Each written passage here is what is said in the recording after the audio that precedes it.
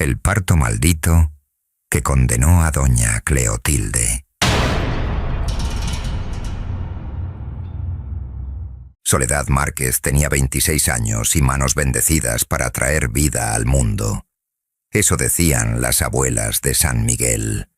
Esa muchacha nació para el oficio, murmuraban cuando la veían caminar por las calles con su maletín de cuero gastado. Pero lo que no sabían era que Soledad no creía en bendiciones. Creía en dinero. Había aprendido el oficio de su abuela, doña Refugio, quien le había enseñado no solo a recibir bebés, sino también los secretos antiguos. ¿Cómo saber si un niño venía marcado? ¿Cómo reconocer cuando algo oscuro intentaba entrar al mundo a través de un nacimiento? Y sobre todo, ¿cuándo negarse? Nunca aceptes un parto después de medianoche si la madre no ha tenido dolores antes. Le había dicho su abuela en su lecho de muerte. Si los dolores empiezan exactamente a las 12, si no hubo ninguna señal antes, no es un nacimiento natural, es una invocación. Algo está usando ese cuerpo para cruzar. Abuela, eso son supersticiones. Había respondido Soledad con 15 años. Práctica y moderna, no son supersticiones. Los ojos de doña Refugio brillaron con terror. Yo lo vi una vez. En 1952, una mujer llegó a medianoche con contracciones que habían empezado en ese preciso segundo. Le dije que no, pero otra partera, Cleotilde Fuentes, aceptó por codicia. La familia era rica. ¿Y qué pasó? Lo que nació... La abuela cerró los ojos. No era humano. Cleotilde lo sabía, pero ella ya había tomado el dinero, así que mintió. Le dijo a la familia que el bebé era normal, que solo necesitaba cuidados especiales. Se lo llevó de ahí esa misma noche. ¿A dónde? Nadie lo supo. Cleotilde desapareció. Durante 20 años no supimos de ella, hasta que las otras 6 parteras que presenciaron ese nacimiento empezaron a morir, una por una, todas de la misma forma, encontradas con el vientre abierto, como si alguien hubiera tratado de sacarles algo que no tenían. ¿Y Cleotilde? Nunca encontraron su cuerpo, pero dicen que si una partera rompe el juramento, si trae al mundo algo que no debe existir, ella misma se convierte en la guardiana, por toda la eternidad, cuidando a esa cosa, alimentándola y cobrando venganza contra cualquiera que sepa su secreto. Soledad recordó esa conversación 11 años después, la noche que todo comenzó. Era 15 de agosto. Soledad acababa de terminar un parto difícil pero exitoso. Eran las 11:30 p.m. y estaba exhausta, guardando sus instrumentos en el maletín, cuando su teléfono sonó. Número desconocido. «Diga, señorita Márquez». La voz era de mujer, elegante, pero con algo extraño en el tono. «Necesito sus servicios. Es urgente». «Lo siento, no trabajo después de medianoche. Llame mañana y... pagaré 50.000 pesos, en efectivo, esta noche». Soledad se detuvo. 50.000 pesos era más de lo que ganaba en 6 meses. ¿50.000? Mi sobrina está en trabajo de parto. Por primera vez la familia es complicada. Necesitamos discreción absoluta. Nadie puede saber. Ni doctores, ni hospitales. Solo usted.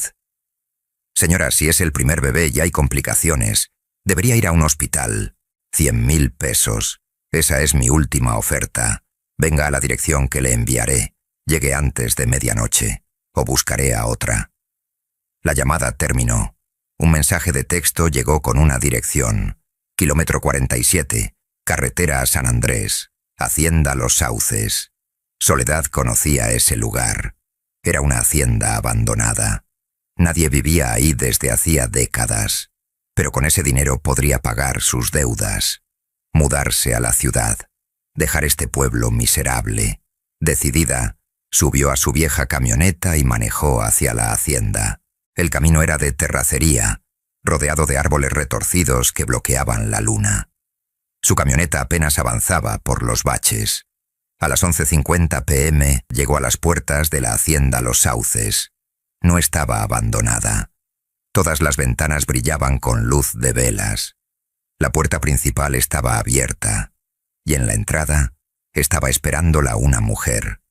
Era anciana, quizás de 70 años, vestida de negro. Su rostro era arrugado, pero sus ojos eran intensos, brillosos, llenos de una inteligencia perturbadora. «Llegas justo a tiempo», dijo. «Soy Dolores, la tía. Sígueme. No tenemos mucho tiempo».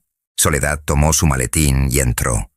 El interior de la hacienda era imposible. No había polvo. No había deterioro. Todo estaba intacto, como si alguien viviera ahí y limpiara diariamente. Pero no había electricidad. Solo velas. Cientos de velas. Y había algo más. Un olor. Dulce pero desagradable. Como carne cocida mezclada con flores.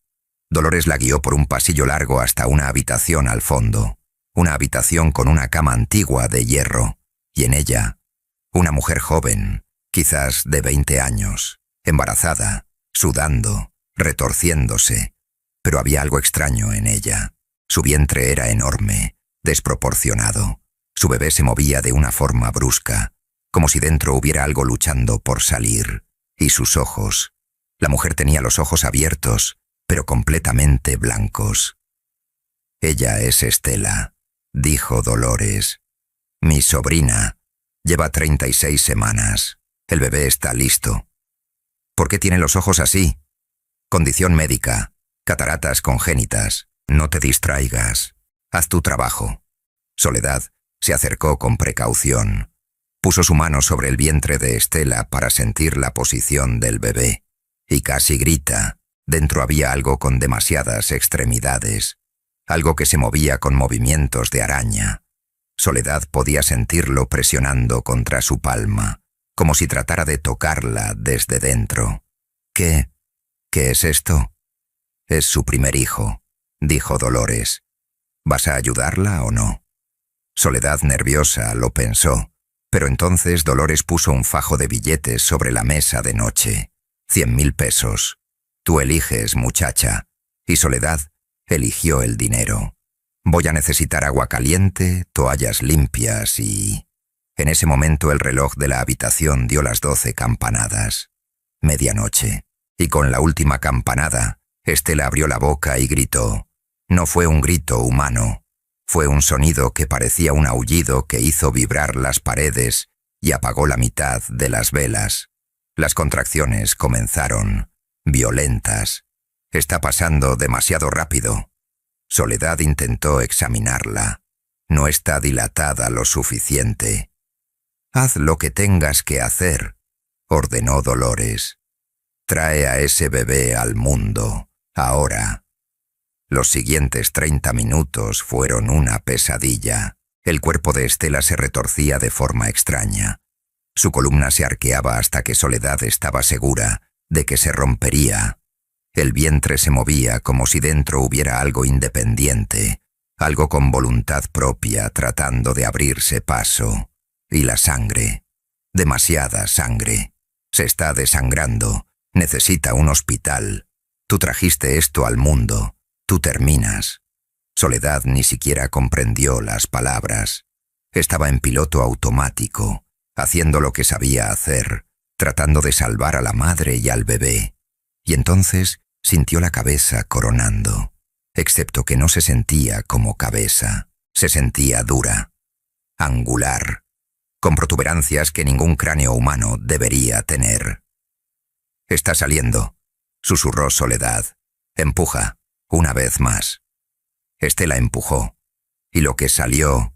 Soledad solo tuvo una fracción de segundo para verlo antes de que Dolores lo envolviera en una manta. No era un bebé. Tenía la forma de un bebé humano, sí, pero la piel era gris, y tenía demasiadas articulaciones en los brazos, y cuando abrió los ojos, eran completamente negros y brillosos. Y de repente sonrió. Los bebés no sonríen al nacer, pero este sí. Dolores lo tomó rápidamente y salió de la habitación. Soledad se quedó ahí, temblando. mirando a Estela. La mujer joven había dejado de moverse. Sus ojos blancos miraban el techo sin ver. Estaba muerta. No, no, no, no. Soledad intentó reanimarla. Respira, vamos. Pero era inútil. Estela había muerto el momento en que esa cosa salió de ella. Dolores regresó a la habitación. Ya no cargaba al bebé. Hiciste bien, dijo con una sonrisa que no llegaba a sus ojos. Aquí está tu pago. Arrojó el dinero sobre la cama manchada de sangre. Espera. Soledad la detuvo. Ella está muerta. Tenemos que llamar a las autoridades. Tengo que reportar. No vas a reportar nada. La voz de Dolores cambió. Se volvió más profunda, gruesa. Hiciste el trabajo, tomaste el dinero, y ahora te vas. Pero... Dolores se volvió lentamente hacia ella, y Soledad vio su verdadero rostro. No era una anciana de 70 años. Era algo mucho más viejo. La piel se había vuelto como cuero podrido. Los ojos brillaban con luz amarillenta. Y cuando sonrió, mostró dientes que no eran humanos. Demasiados, demasiado afilados. Vete, dijo, antes de que decida que también tú servirás. Soledad corrió, tomó su maletín, tomó el dinero y corrió más rápido de lo que había corrido en su vida. Subió a su camioneta. Las manos le temblaban tanto que apenas podía meter la llave. Arrancó y salió derrapando por un camino de tierra polvorienta. No miró atrás, no hasta que estuvo a kilómetros de distancia, en la carretera principal, con las luces del pueblo a la vista. Solo entonces se permitió respirar. Solo fue un aborto espontáneo deformado, se dijo a sí misma. Anomalías genéticas. Pasa todo el tiempo. La mujer estaba loca. Me pagó 100.000 pesos para que no dijera nada. Eso es todo. Pero en el fondo sabía la verdad. Había traído algo al mundo. Algo que no debía existir. Y había roto el juramento más sagrado de las parteras. Los primeros 3 días, Soledad intentó convencerse de que había sido solo un mal sueño, una alucinación causada por el cansancio. Pero entonces empezaron las señales. El dinero que había ganado olía mal. Lo había guardado en su habitación y cada día el olor empeoraba, podrido, como el olor de aquella hacienda. Intentó gastarlo, pero cada vez que sacaba un billete, las personas que lo recibían se enfermaban. El del mercado vomitó sangre. La del banco tuvo convulsiones. Después de la 3ª vez, Soledad dejó de usar ese dinero. Pero lo peor no era el dinero, era lo que veía en los espejos. Cada vez que pasaba frente a uno, durante una fracción de segundo, su reflejo mostraba algo diferente. Mostraba su vientre abierto. Mostraba manos pequeñas saliendo de su interior. Manos de bebé, pero con demasiados dedos. Y las pesadillas. Cada noche soñaba que daba a luz. Una y otra vez. Pero lo que salía nunca era humano. Eran criaturas retorcidas, aullantes, hambrientas. Y todas la llamaban mamá, con voces que rompían su mente. En la 7ª noche, despertó y encontró algo en su cama. Un muñeco de trapo, pequeño, del tamaño de un recién nacido, cosido con hilo negro. En lugar de cabello, tenía mechones de cabello humano. Su cabello. Lo arrojó al otro lado de la habitación con un grito, pero cuando encendió la luz, el muñeco estaba de vuelta en su cama, y ahora tenía los ojos abiertos, botones negros que la miraban. Soledad lo quemó, lo enterró, lo arrojó al río, pero cada noche regresaba, y cada noche estaba más cerca de su rostro cuando despertaba. Desesperada, decidió buscar ayuda. Fue con las otras parteras del pueblo, 6 mujeres mayores que habían practicado el oficio durante décadas. Las reunió en casa de doña Petra, la más anciana. «Necesito ayuda», confesó Soledad sollozando. «Hice algo terrible. Traje al mundo algo que no debían hacer». Las 6 mujeres se miraron entre sí con expresiones que Soledad no pudo descifrar. «¿Dónde?», preguntó doña Petra con voz grave. En la hacienda Los Sauces, hace 10 días, la mujer que me contrató no era humana. Y el bebé... ¡Ay, Dios! Doña Lupe se santiguó. No puede ser, no de nuevo. ¿De nuevo? Soledad las miró confundida. ¿Qué significa eso? Las 6 mujeres permanecieron en silencio por un largo momento. Finalmente, doña Petra habló. Hace 70 años, una partera llamada Cleotilde Fuentes hizo lo mismo que tú. Aceptó un parto a medianoche en esa misma hacienda. Trajo algo al mundo, y desde entonces ella está atrapada, sirviendo a esa cosa, trayendo nuevas parteras para continuar el ciclo. ¿Ciclo? ¿Qué ciclo? La cosa que nace necesita alimentarse cada cierto tiempo. Necesita más nacimientos, más portales para traer más de su especie, y usa a las parteras como intermediarias. Las tienta con dinero, con desesperación, y cuando aceptan, quedan marcadas. ¿Marcadas? Doña Petra se levantó su blusa. En su vientre había una cicatriz, una larga, irregular, que iba del esternón al pubis. Yo fui la segunda, hace 50 años.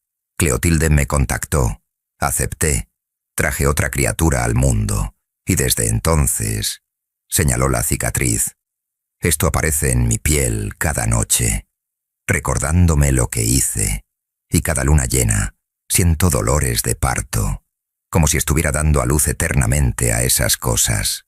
Las otras 5 mujeres se levantaron sus ropas. Todas tenían la misma cicatriz. Todas nosotras, dijo doña Lupe. En diferentes años, diferentes décadas, todas caímos en la trampa de Cleotilde. Y ahora estamos condenadas. ¿Condenadas a qué? A servir. Cuando llegue el momento, cuando la cosa llame de nuevo, tendremos que ir. Tendremos que ayudarla a traer más criaturas. ¿O qué? ¿O nos toma como pago? Abre nuestros vientres y usa nuestros cuerpos como incubadoras para su siguiente camada. Soledad sintió como el terror se apoderaba de ella. ¿Cómo detengo esto? Tiene que haber una forma. Las 6 mujeres negaron con la cabeza. Solo hay una forma, susurró doña Petra. Matar a Cleotilde. Ella es la guardiana original. Si muere, el pacto se rompe. Todas quedamos libres. ¿Y cómo la mato? Nadie lo sabe, porque nadie ha podido encontrarla. Yo sé dónde está, dijo Soledad de repente. En la hacienda. Dolores. Era ella. Era Cleotilde disfrazada. Las 6 mujeres la miraron con ojos muy abiertos. Si es cierto... Doña Petra se puso de pie lentamente. Entonces tenemos una oportunidad, pero tiene que ser esta noche, luna nueva. Es cuando está más débil, cuando no puede invocar a sus criaturas. ¿Qué hacemos? Vamos todas. Las 7. Y terminamos con esto. De una vez por todas. Eran las 11 de la noche cuando las parteras llegaron a la hacienda Los Sauces. Habían traído todo lo que las ancianas creían que podría servir. Sal bendecida, hierro, fuego, cuchillos de plata y sobre todo, determinación nacida de décadas de sufrimiento. La hacienda las esperaba, las puertas abiertas, las velas encendidas. Es una trampa, susurró Soledad. Por supuesto que es una trampa, respondió doña Petra. Pero no tenemos opción. Entraron. El olor era peor que la última vez. Muerte y descomposición mezclados con algo más oscuro y aterrador. Caminaron por el mismo pasillo. Hacia la misma habitación, la puerta estaba abierta, y dentro, esperándolas, estaba Cleotilde. Ya no se molestaba en disfrazarse. Era una criatura medio humana. Su piel era gris translúcida, y de su vientre abierto colgaban cordones umbilicales que desaparecían en la oscuridad del techo. «Mis niñas», dijo con una voz que era un coro de muchas voces. Finalmente vinieron todas. Perfecto. «Hemos venido a matarte», declaró doña Petra. Cleotilde rió. Fue un sonido horrible. «¿Matarme? Niñas tontas. Yo ya estoy muerta. Morí en 1952 cuando traje a la primera criatura al mundo. Lo que ven aquí es solo la cáscara, el recipiente. Entonces destruiremos el recipiente, dijo Soledad.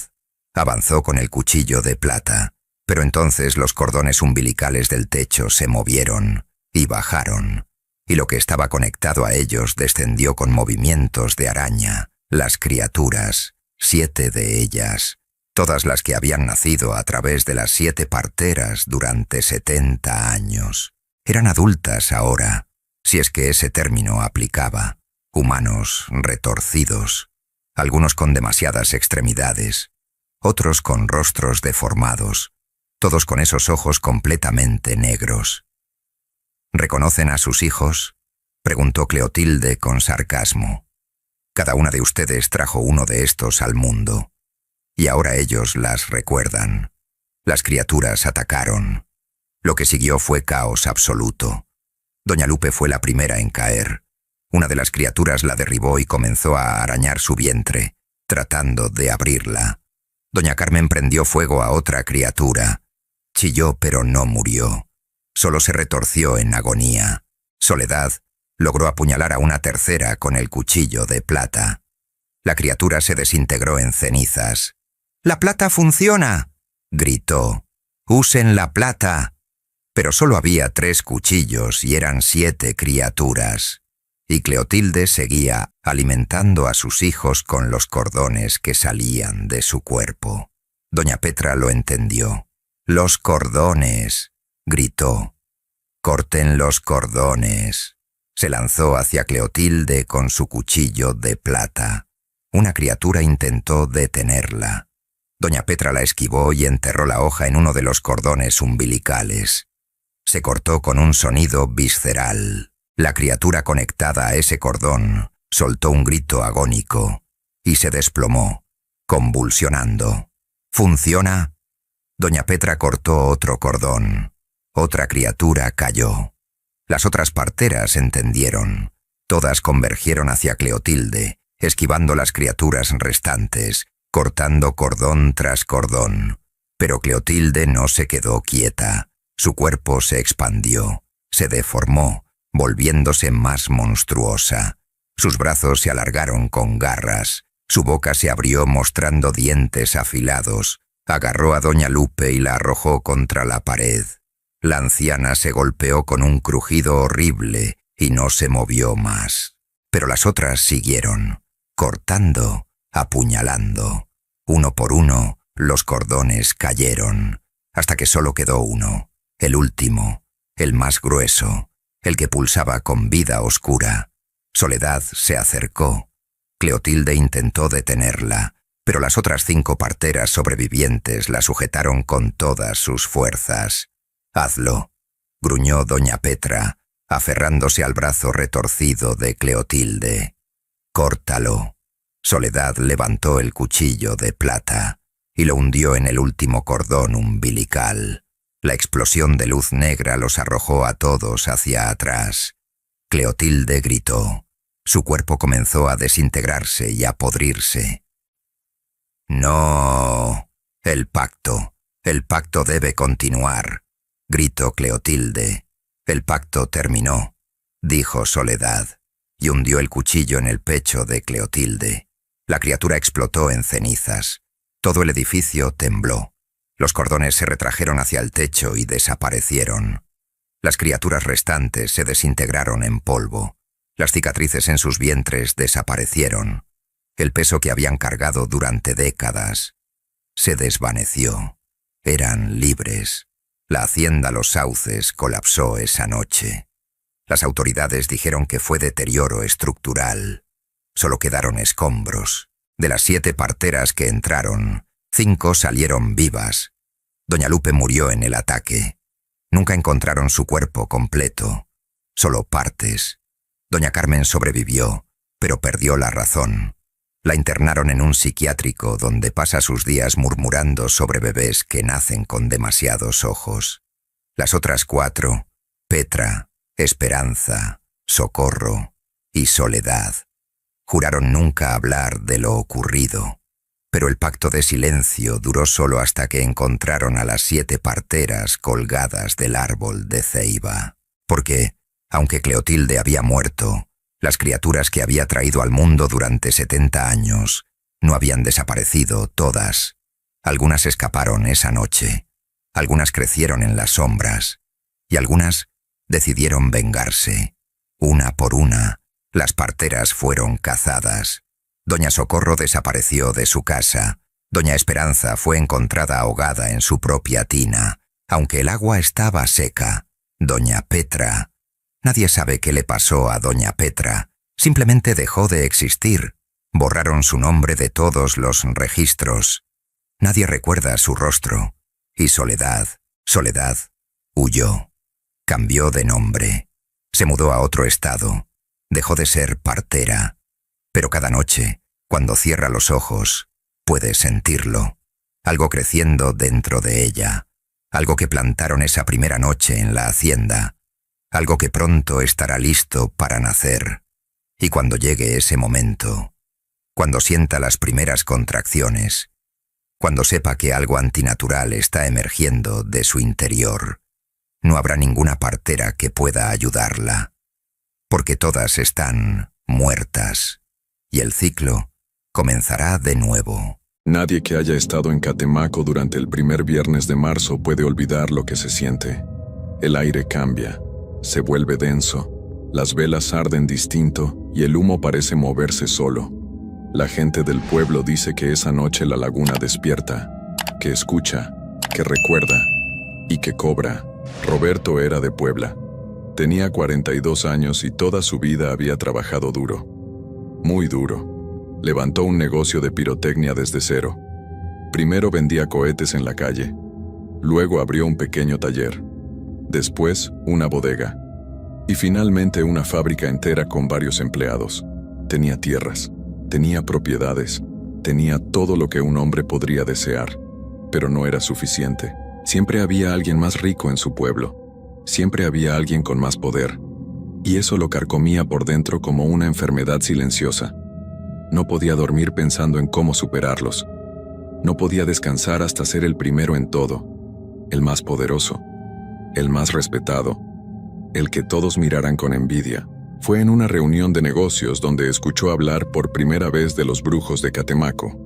Un socio de Veracruz mencionó algo entre copas. Dijo que allá había hombres que podían cambiar el destino de cualquiera, que durante el primer viernes de marzo se abrían puertas que el resto del año permanecían cerradas. Puertas hacia cosas que la gente común no podía alcanzar. Roberto escuchó con atención. No era supersticioso. Nunca lo había sido. Pero algo en esas palabras lo hizo pensar. Pasaron semanas y la idea no lo dejaba en paz. Investigó por su cuenta, preguntó con cuidado, buscó información sin que nadie sospechara demasiado. Y todo lo que encontró apuntaba a lo mismo. Catemaco. El primer viernes de marzo. Los rituales, las ceremonias que se hacían en secreto cerca de la laguna. Historias de gente que había conseguido fortuna de la noche a la mañana. Otros que habían recuperado negocios perdidos, algunos que simplemente habían desaparecido y nadie volvió a saber de ellos. Finalmente tomó una decisión. Canceló todos sus compromisos. Le dijo a su familia que tenía un viaje de negocios urgente, y una mañana de febrero tomó su camioneta y manejó durante horas hasta llegar a ese pueblo escondido entre montañas y neblina. Catemaco lo recibió con un silencio extraño. Las calles estaban tranquilas, pero había movimiento en las sombras. Gente que caminaba deprisa, comerciantes que vendían velas de colores, hierbas secas colgando en las puertas, amuletos y figuras talladas en madera oscura. Preguntó en varios lugares hasta que alguien le dio un nombre. Don Esteban, un hombre mayor que vivía en las afueras del pueblo. Dicen que era el más poderoso de todos los brujos, que podía ver cosas que otros no veían, que conocía secretos que venían de tiempos muy antiguos. Roberto condujo hasta una casa pequeña rodeada de árboles. Tocó la puerta. Nadie respondió. Tocó de nuevo. Nada. Estaba a punto de irse cuando la puerta se abrió sola. Desde adentro, una voz grave dijo: «Entre». El interior olía a copal y a hierbas quemadas.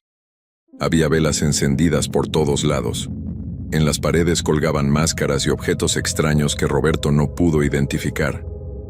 Don Esteban estaba sentado en una silla de madera vieja. Era un hombre delgado, de piel oscura y arrugas profundas. Sus ojos eran negros como pozos sin fondo. Lo miró fijamente y sonrió apenas, como si ya supiera por qué estaba ahí. «¿Qué buscas?», preguntó el brujo sin rodeos. Roberto dudó un momento. Luego habló con firmeza. «Quiero ser el hombre más rico de mi pueblo. Quiero que nadie tenga más dinero ni más poder que yo. Quiero que todos me vean y sepan que soy el primero en todo». Don Esteban no pareció sorprendido. Asintió despacio. Luego dijo algo que Roberto escuchó pero no entendió del todo en ese momento. «Todo deseo tiene un precio, y no siempre es dinero lo que se paga». Roberto sacó un fajo grueso de billetes y lo puso sobre la mesa. «Estoy dispuesto a pagar lo que sea necesario». El brujo ni siquiera miró el dinero. Se levantó lentamente y caminó hacia una ventana. Afuera ya comenzaba a oscurecer. «Mañana es el primer viernes de marzo. Regresa cuando caiga la noche, y trae ropa oscura, nada de metal, nada que brille». Roberto salió de esa casa con un nudo en el estómago, una mezcla extraña de emoción y miedo. Pasó el resto del día caminando por el pueblo sin rumbo fijo. Comió poco, durmió menos, y cuando llegó la noche del viernes, volvió a la casa de don Esteban, vestido completamente de negro. El brujo lo esperaba afuera. Llevaba una bolsa de tela y una vara tallada con símbolos. Caminaron en silencio por un sendero que se adentraba en la oscuridad. No había luna esa noche. Solo las estrellas y el brillo lejano de algunas luces del pueblo. Caminaron durante casi una hora hasta llegar a un claro cerca de la laguna. El agua estaba completamente quieta. Tan quieta que parecía un espejo negro. Ni una sola onda. Ni un solo sonido. Don Esteban comenzó a preparar el ritual. Dibujó un círculo grande en la tierra con ceniza blanca. Encendió velas negras en puntos específicos alrededor del círculo. Sacó hierbas secas y las quemó en un pequeño brasero. El humo subió denso y oscuro. Olía a tierra mojada y a algo más. Algo que Roberto no podía identificar, pero que le revolvió el estómago. El brujo empezó a murmurar palabras en un idioma que Roberto nunca había escuchado. Su voz era baja pero resonaba extraño en el silencio de la noche. El aire se volvió más pesado, más difícil de respirar. Roberto sintió que algo lo observaba desde el agua. Algo que no podía ver pero que estaba ahí, esperando. Don Esteban alzó la vara hacia el cielo y luego la clavó en el centro del círculo. «Ahora pide», dijo. «Pide con toda tu alma lo que deseas. Pero ten cuidado con las palabras, porque lo que se pide aquí no puede deshacerse». Roberto cerró los ojos, apretó los puños, y con toda la fuerza de su voluntad pidió ser el hombre más rico y poderoso de su pueblo. Pidió que nadie tuviera más dinero que él, que todos lo miraran con respeto y envidia, que su nombre fuera el primero cuando se hablara de fortuna. El viento sopló de repente. Las velas se apagaron todas al mismo tiempo, y luego volvieron a encenderse solas. El agua de la laguna se movió apenas, un pequeño remolino que apareció y desapareció en segundos. Don Esteban bajó la vara y respiró hondo. «Está hecho», dijo. «Ahora vete, no mires atrás. Y recuerda que todo tiene un precio». Roberto caminó de regreso al pueblo sin voltear una sola vez. Sentía las piernas pesadas. El corazón le latía rápido, pero también sentía algo más. Una certeza extraña de que algo había cambiado, que su vida ya no sería la misma. Regresó a Puebla al día siguiente. Todo parecía normal. Su fábrica seguía funcionando. Sus negocios seguían en marcha. Pero algo en el aire había cambiado. Y una semana después, su mundo entero se vino abajo. Fue un martes por la tarde cuando sonó su teléfono. Era el encargado de la fábrica.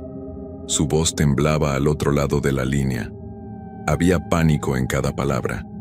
Roberto apenas podía entender lo que decía entre gritos y ruido de fondo. Hubo un accidente, una chispa, un error en una de las bodegas donde guardaban la pólvora. Y entonces, todo estalló. Roberto llegó al lugar media hora después. Lo que vio lo dejó paralizado. Las llamas subían tan alto que parecían tocar las nubes. El calor era insoportable incluso a varios metros de distancia. Los bomberos intentaban controlar el fuego, pero era inútil. Cada pocos minutos otra explosión sacudía el aire. Los cohetes almacenados estallaban uno tras otro, creando un espectáculo infernal de luces y truenos. El cielo nocturno se iluminaba con colores brillantes que en cualquier otra ocasión habrían sido hermosos. Pero esa noche solo eran la señal de su ruina. Para cuando las llamas se apagaron ya era de madrugada. Roberto caminó entre los escombros. Todo estaba destruido. Las bodegas, las máquinas, los materiales. Años de trabajo convertidos en ceniza y metal retorcido. Las pérdidas eran enormes. Casi toda su fortuna se había quemado en esas llamas. Los seguros cubrirían algo, pero no todo, no lo suficiente. Y los bancos comenzarían a presionar por los préstamos que había pedido para expandir el negocio. Se quedó ahí parado entre las ruinas mientras el sol comenzaba a salir, y entonces lo supo. Supo con absoluta certeza que esto no había sido un accidente, que el brujo lo había engañado, o peor aún, que lo había maldecido, que en lugar de darle riqueza le había quitado todo. La rabia comenzó a crecer dentro de él como un fuego tan intenso, como el que había destruido su fábrica. Pasaron días. Roberto no podía dormir, no podía comer. Solo pensaba en una cosa: venganza. Don Esteban había arruinado su vida, le había quitado todo con sus rituales oscuros, y ahora pagaría por ello. Roberto no era un hombre violento, nunca lo había sido, pero la desesperación cambia a las personas. Las vuelve capaces de cosas que nunca imaginaron hacer. Buscó ayuda. Preguntó con cuidado entre conocidos que se movían en círculos menos legales, y finalmente encontró a alguien. Un hombre de pocas palabras que hacía trabajos que otros no querían hacer. Se llamaba Javier. Era alto y de hombros anchos. Tenía cicatrices en las manos y una mirada fría que nunca cambiaba.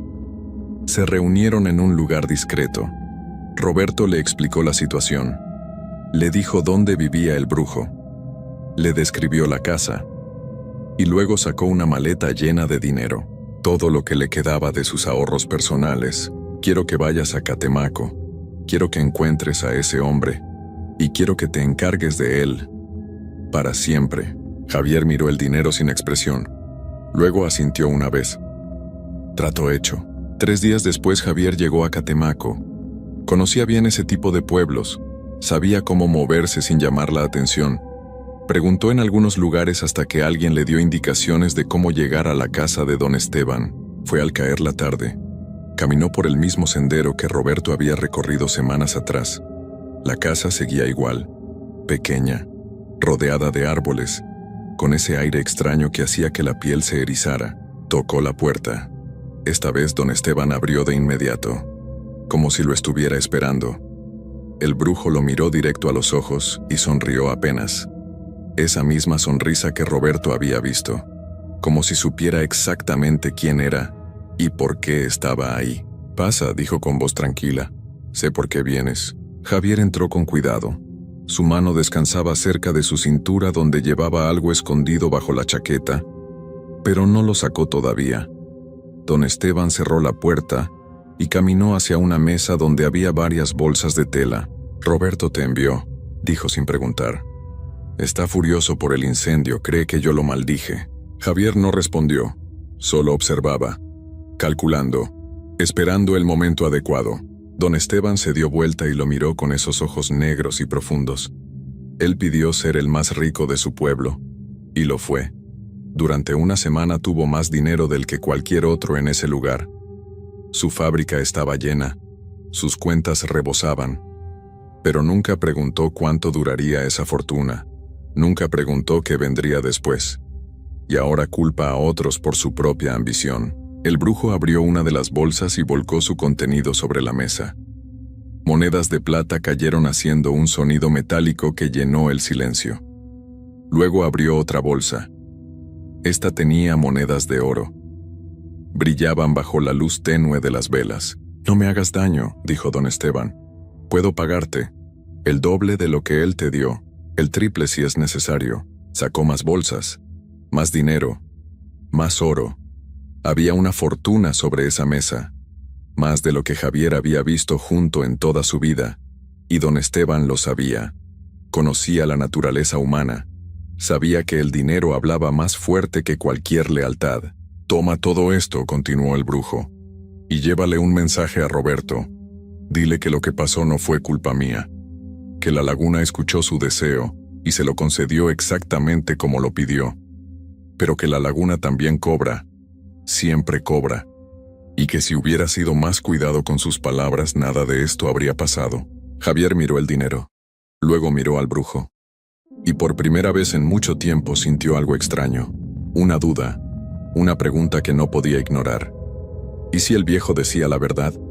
¿Y si Roberto había sido el único culpable de su propia desgracia? Pero entonces pensó en el trato, en el dinero que ya le habían pagado, en su reputación. Si no cumplía, nadie volvería a confiar en él, y en su mundo, la confianza era todo. Aún así, el oro sobre la mesa brillaba tentador. Era suficiente para retirarse, para desaparecer y vivir tranquilo el resto de su vida. Don Esteban pareció leer sus pensamientos. Sonrió de nuevo, esa sonrisa que sabía demasiado. «Puedes quedarte con todo», dijo. «Solo llévale el mensaje. Hazle entender que esto no fue brujería, fue consecuencia, y que si sigue buscando venganza, solo encontrará más dolor». Javier guardó silencio durante un largo minuto. Afuera había comenzado a oscurecer completamente. El viento movía las ramas de los árboles creando sombras que bailaban en las paredes. Finalmente habló. «Le llevaré tu mensaje». Don Esteban asintió satisfecho. Comenzó a guardar el dinero en un saco grande. Monedas de plata, monedas de oro, billetes viejos que olían a humedad y a tiempo. Lo ató con cuidado y se lo entregó a Javier. «Vete ahora», dijo, «y no regreses nunca a este pueblo. Hay cosas aquí que es mejor no despertar dos veces». Javier tomó el saco y salió de la casa. El peso del oro hacía que sus pasos sonaran diferentes sobre la tierra. Caminó de regreso al pueblo donde había dejado su camioneta. Guardó el saco en la parte de atrás y arrancó. Condujo durante horas en la oscuridad. Su mente daba vueltas una y otra vez, pensando en el brujo, en Roberto, en las palabras que le había dicho, en la laguna que escuchaba y cobraba. Llegó a Puebla 2 días después. Fue directo a la casa de Roberto. Era una residencia grande en una zona exclusiva del pueblo. Tocó el timbre. Roberto abrió la puerta casi de inmediato. Tenía ojeras profundas. Había perdido peso. Se veía como un hombre que no había dormido en semanas.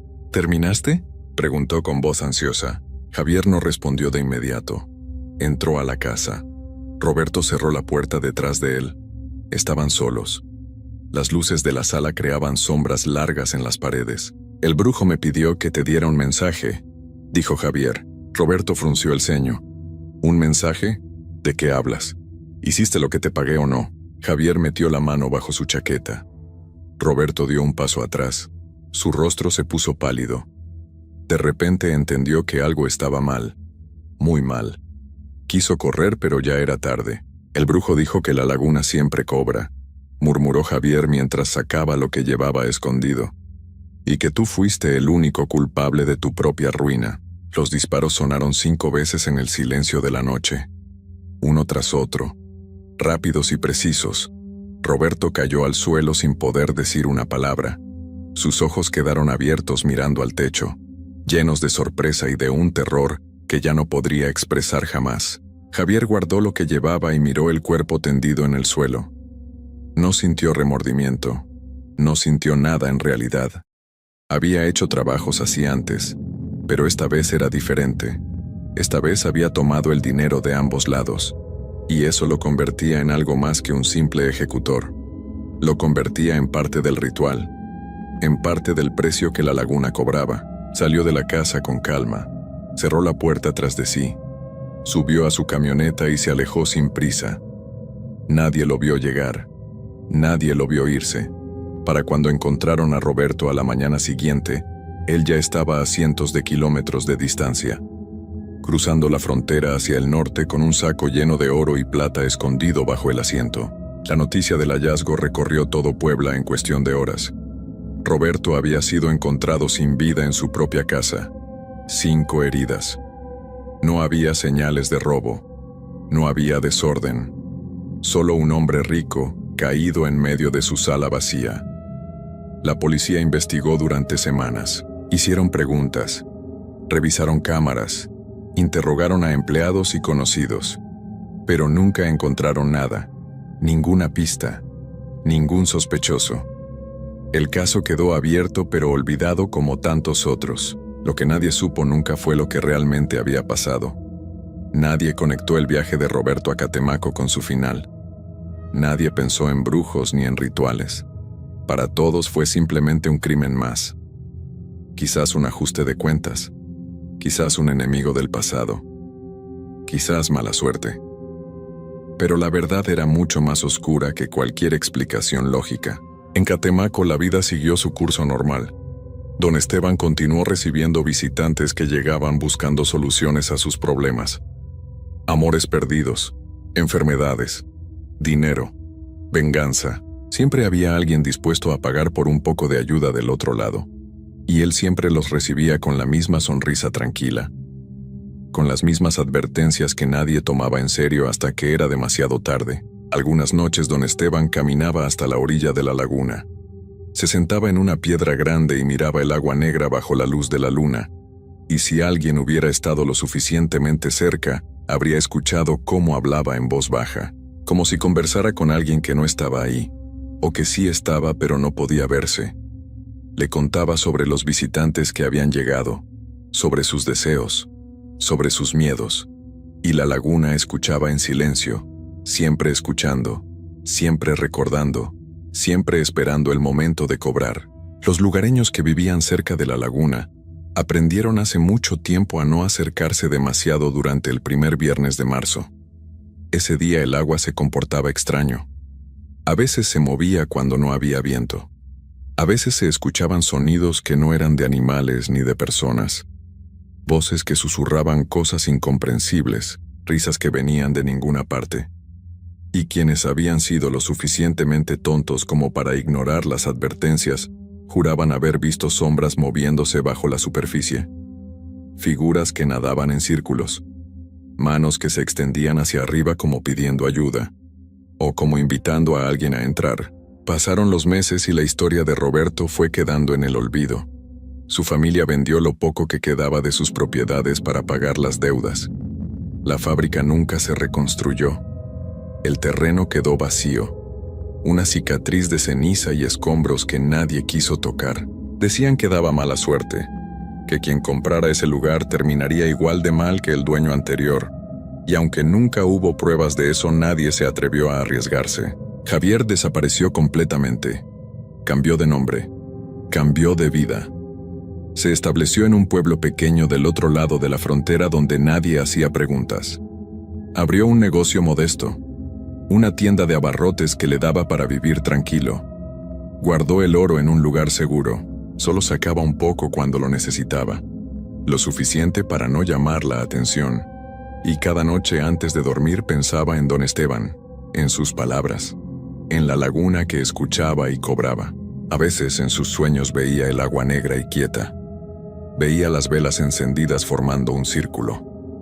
Escuchaba los murmullos en ese idioma antiguo que no podía comprender.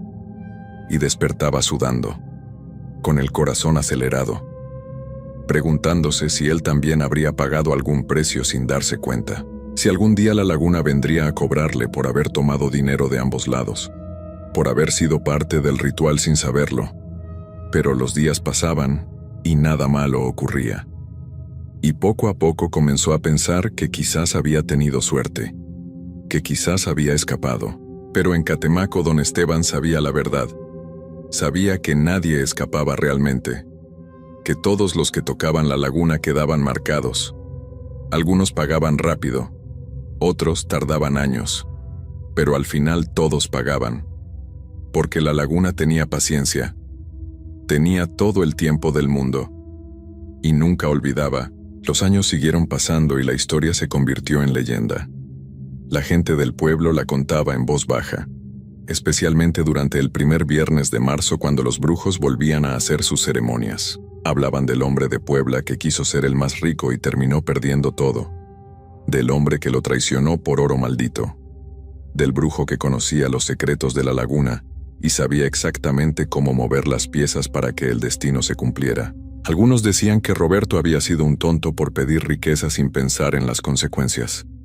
Otros decían que el verdadero culpable había sido su ambición, que si hubiera estado conforme con lo que tenía nada de esto habría pasado, pero todos coincidían en algo: que cuando alguien llegaba a Catemaco buscando cambiar su destino debía tener mucho cuidado con lo que pedía, porque las palabras tenían poder, y la laguna las escuchaba todas, cada sílaba, cada deseo, cada promesa, y don Esteban seguía recibiendo visitantes, uno tras otro, año tras año. Algunos salían satisfechos pensando que habían conseguido lo que querían, otros salían asustados jurando nunca volver. Pero todos salían marcados, todos llevaban consigo un pedazo de la laguna, un peso invisible que cargarían hasta que llegara el momento de pagar. Una noche fría de marzo, varios años después, un hombre llegó caminando por el sendero hacia la casa de don Esteban. Llevaba ropa gastada y zapatos llenos de polvo. Tenía el rostro demacrado y los ojos hundidos de alguien que ha viajado mucho y dormido poco. Tocó la puerta. Don Esteban abrió y lo reconoció de inmediato, aunque nunca antes lo había visto en persona. Era Javier, el que se había llevado el oro. «Necesito ayuda», dijo con voz ronca. «Me está pasando algo malo. Veo cosas, escucho voces, no puedo dormir, no puedo vivir así». Don Esteban lo dejó pasar. Le ofreció agua, le indicó que se sentara, y luego le habló con la misma voz tranquila de siempre. «La laguna no olvida. Tú tomaste lo que no era tuyo, tomaste el precio que otro debía pagar, y ahora la laguna viene a cobrarte a ti». Javier sintió que las piernas le temblaban. «¿Qué puedo hacer? ¿Cómo me libro de esto?». Don Esteban negó con la cabeza. «No puedes. El oro que tomaste estaba destinado a comprar mi vida, pero al quedártelo rompiste el equilibrio. Ahora la deuda es tuya, y tendrás que pagarla». «Pero yo no pedí nada. Yo solo hice un trabajo». El brujo sonrió con tristeza. «Todos dicen lo mismo, pero la laguna no distingue entre quien pide y quien toma. Solo ve la ambición, el deseo, la ruptura del equilibrio, y cobra lo que se le debe». Javier salió de esa casa sabiendo que su tiempo se acababa. Intentó huir más lejos. Cruzó fronteras. Cambió de identidad otra vez. Pero las voces lo seguían. Las sombras en el agua aparecían en cada reflejo, en cada charco, en cada superficie brillante. Y una noche junto a un río en algún lugar perdido de Centroamérica, simplemente desapareció. Su cuerpo nunca fue encontrado. Solo sus zapatos quedaron en la orilla, como si hubiera caminado hacia el agua y nunca hubiera salido. Hasta el día de hoy la gente de Catemaco sigue contando esta historia. La cuentan para advertir, para enseñar, para recordar que hay fuerzas en el mundo que no se pueden controlar ni engañar, que la ambición tiene un precio, y que ese precio siempre se paga, de una forma u otra, tarde o temprano. Don Esteban sigue viviendo en su casa rodeada de árboles. Ya es muy viejo, sus manos tiemblan cuando enciende las velas. Su voz se ha vuelto más débil, pero sus ojos siguen siendo negros y profundos, como pozos sin fondo.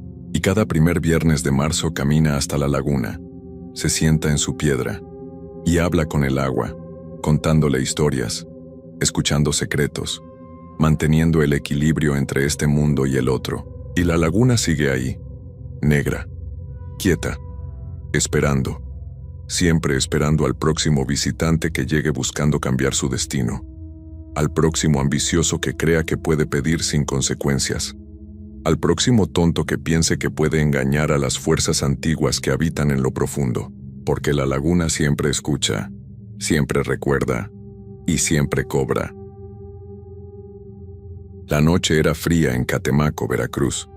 Marcos llevaba 3 años estudiando con los ancianos del pueblo, aprendiendo sobre hierbas, rezos y ceremonias antiguas. Tenía 26 años y había llegado desde Puebla buscando respuestas que la vida común no le daba. Pero aquella madrugada de marzo todo cambió para siempre. El maestro más respetado de toda la región lo había citado junto con otros 5 estudiantes. Le llamaban el brujo mayor, no porque fuera el más anciano, sino porque conocía secretos que nadie más se atrevía a tocar. Marcos sentía nervios en el estómago mientras caminaba por el sendero lodoso hacia la orilla de la laguna. La luna apenas se veía entre las nubes espesas, y el aire olía a tierra mojada y flores podridas. Cuando llegó al punto de reunión, los demás ya estaban ahí.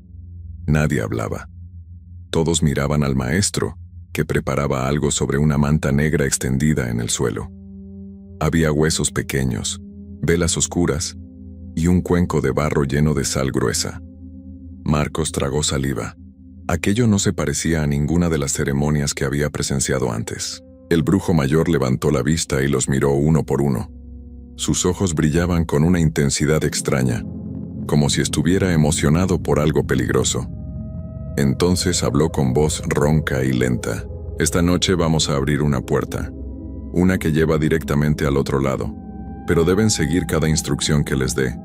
Si alguien rompe el círculo o dice algo fuera de lugar, todos pagaremos el precio. Marcos sintió que el aire se volvía más pesado. Uno de los estudiantes, un joven llamado David, preguntó con voz temblorosa si era seguro. El maestro lo miró fijamente. Nada de lo que hacemos es seguro, pero si tienen miedo pueden irse ahora. Nadie se movió. Formaron un círculo perfecto alrededor de la manta.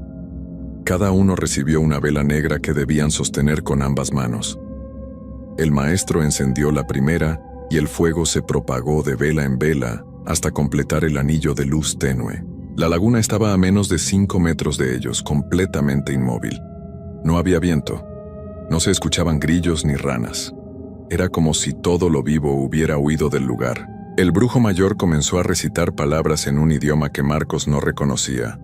Sonaba antiguo, gutural, como si las palabras rasparan la garganta al salir.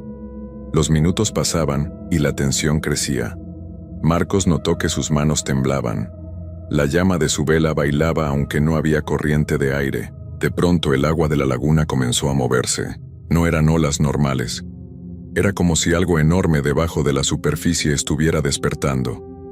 El movimiento era lento, profundo, rítmico, como una respiración. David soltó un gemido ahogado. El maestro levantó una mano sin dejar de recitar, como advirtiéndole que no hablara. Pero el agua seguía moviéndose, cada vez más fuerte.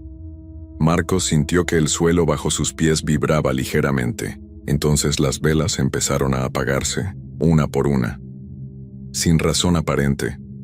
Primero la de David, luego la de la muchacha a su lado, luego otra, y otra.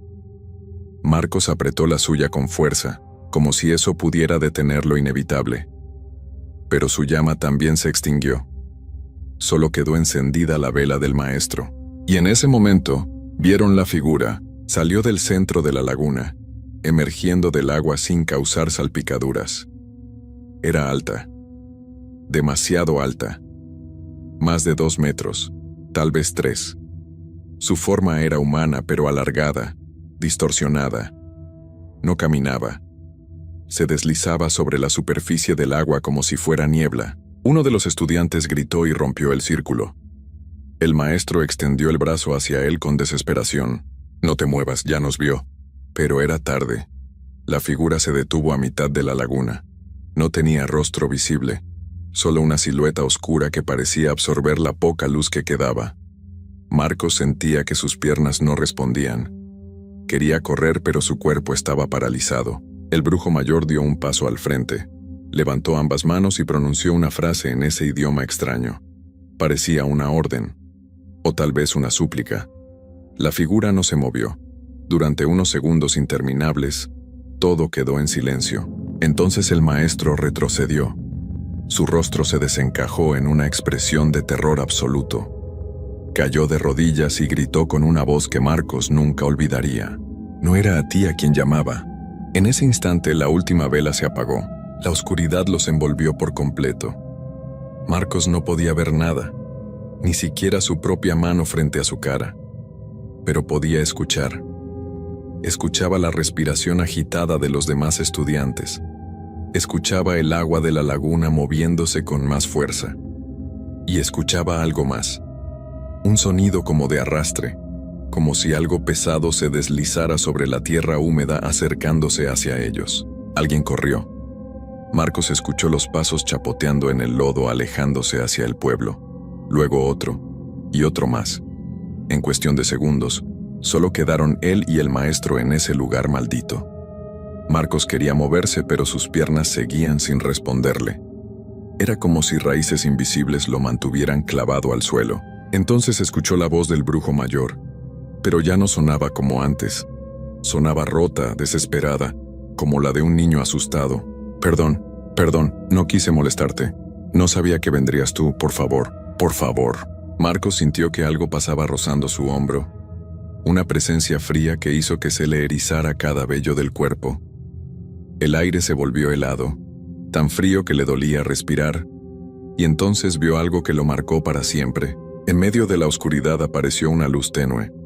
No venía de ninguna vela ni de la luna. Venía de la figura misma. Era un brillo verdoso, enfermizo, como el que tienen las cosas podridas en la noche.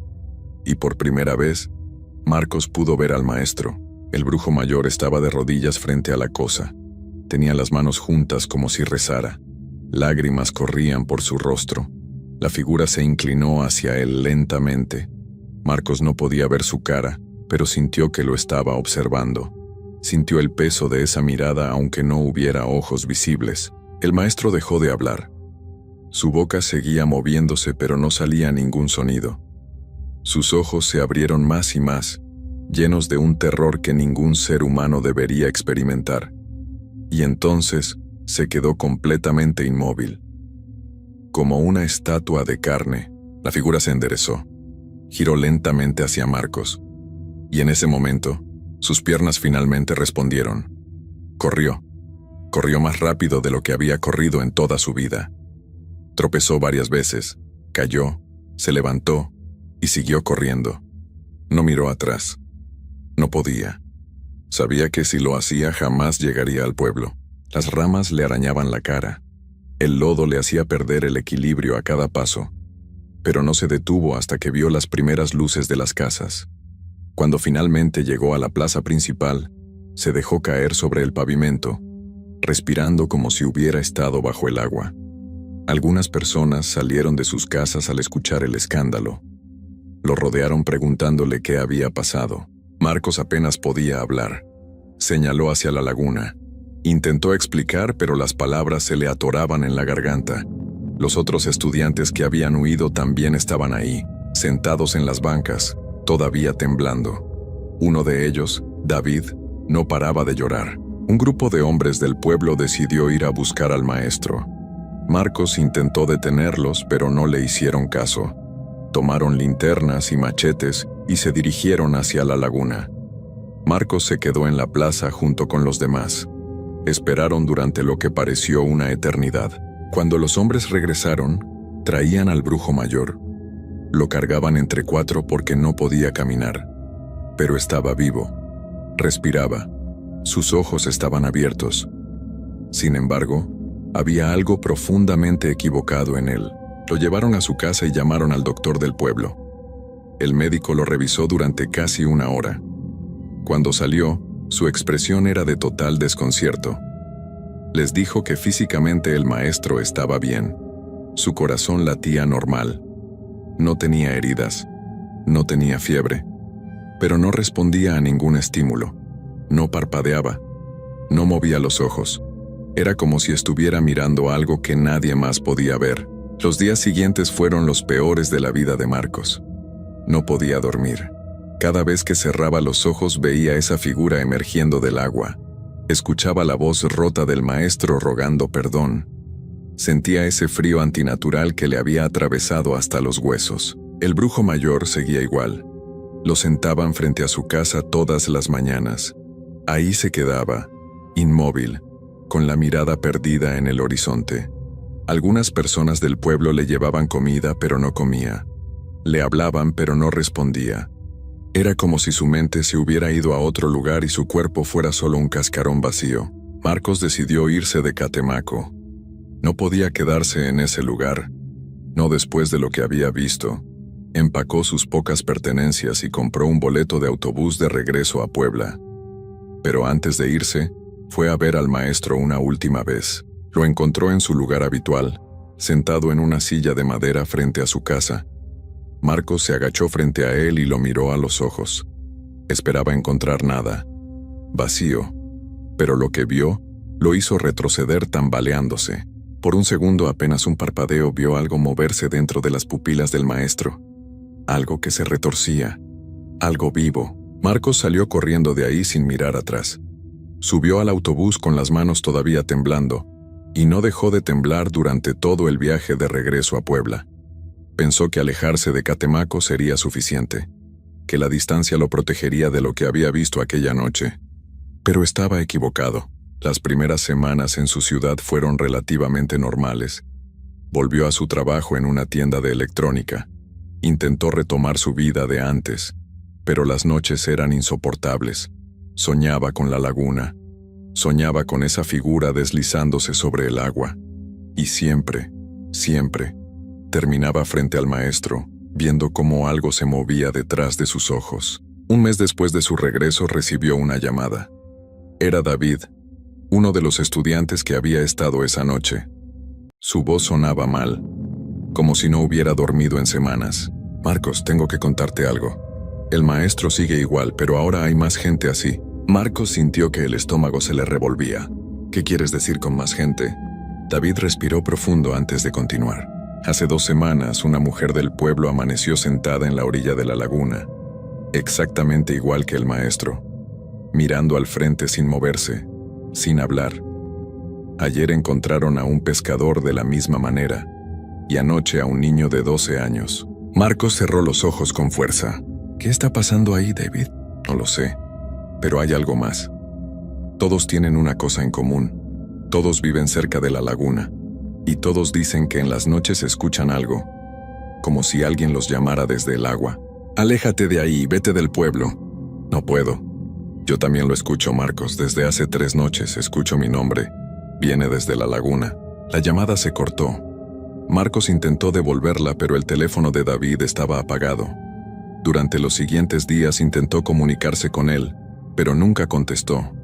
Finalmente, llamó a la casa de otra persona del pueblo que conocía, una señora mayor que vendía hierbas en el mercado.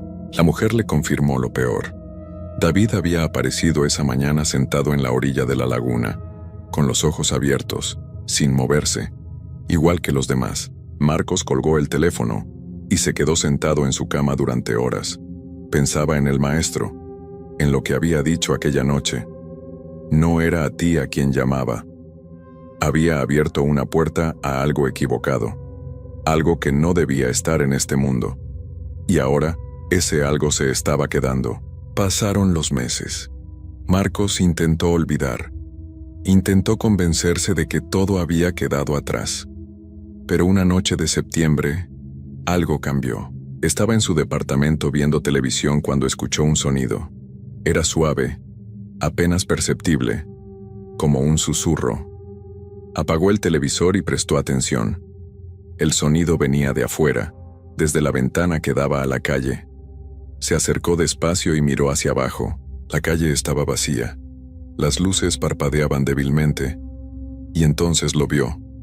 Al final de la cuadra, bajo un poste de luz que no funcionaba, había alguien parado.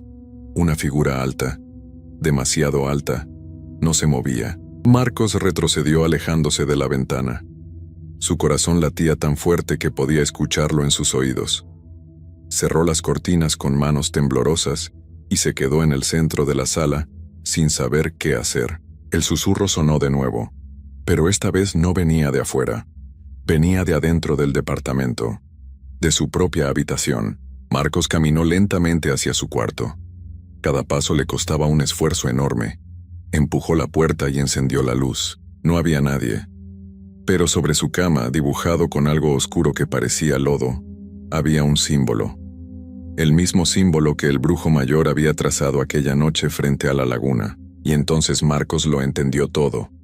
No importaba qué tan lejos corriera. No importaba a dónde se escondiera. Aquella noche, cuando la figura los miró a todos dentro del círculo, los marcó, los reclamó, y ahora venía a buscarlos uno por uno.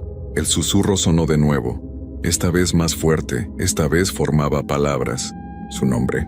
Marcos sintió ese frío antinatural que había sentido en Catemaco. El aire de su departamento se volvió pesado, difícil de respirar. Las luces comenzaron a parpadear, y en el reflejo del espejo de su habitación vio algo que lo hizo caer de rodillas. La figura estaba detrás de él. A la mañana siguiente, los vecinos notaron que la puerta del departamento de Marcos estaba abierta. Llamaron a la policía. Cuando entraron, lo encontraron sentado en el suelo de su habitación, con los ojos abiertos, sin moverse, sin hablar, exactamente igual que el brujo mayor. Los médicos no pudieron explicarlo. Dijeron que estaba en perfectas condiciones físicas, pero que su mente simplemente se había apagado. Lo trasladaron a un hospital psiquiátrico, donde permanece hasta el día de hoy. Y cuentan que a veces, cuando está solo en su habitación, sus labios se mueven, como si estuviera hablando con alguien que nadie más puede ver, como si respondiera preguntas que nadie más puede escuchar. Los que trabajan en el hospital evitan quedarse solos con él de noche. Dicen que cuando se acercan demasiado, sienten un frío extraño, y si miran directo a sus ojos, pueden ver algo moviéndose dentro, algo que no debería estar ahí, algo que espera. Desde aquel marzo maldito, nadie en Catemaco se acerca a la laguna después del anochecer. Los rituales del primer viernes se cancelaron.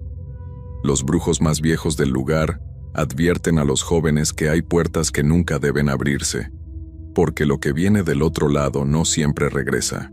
Y en las noches de luna llena, algunos pescadores juran que pueden ver figuras altas caminando sobre el agua de la laguna, figuras que se mueven en silencio, que buscan, que llaman, esperando a que alguien más cometa el mismo error.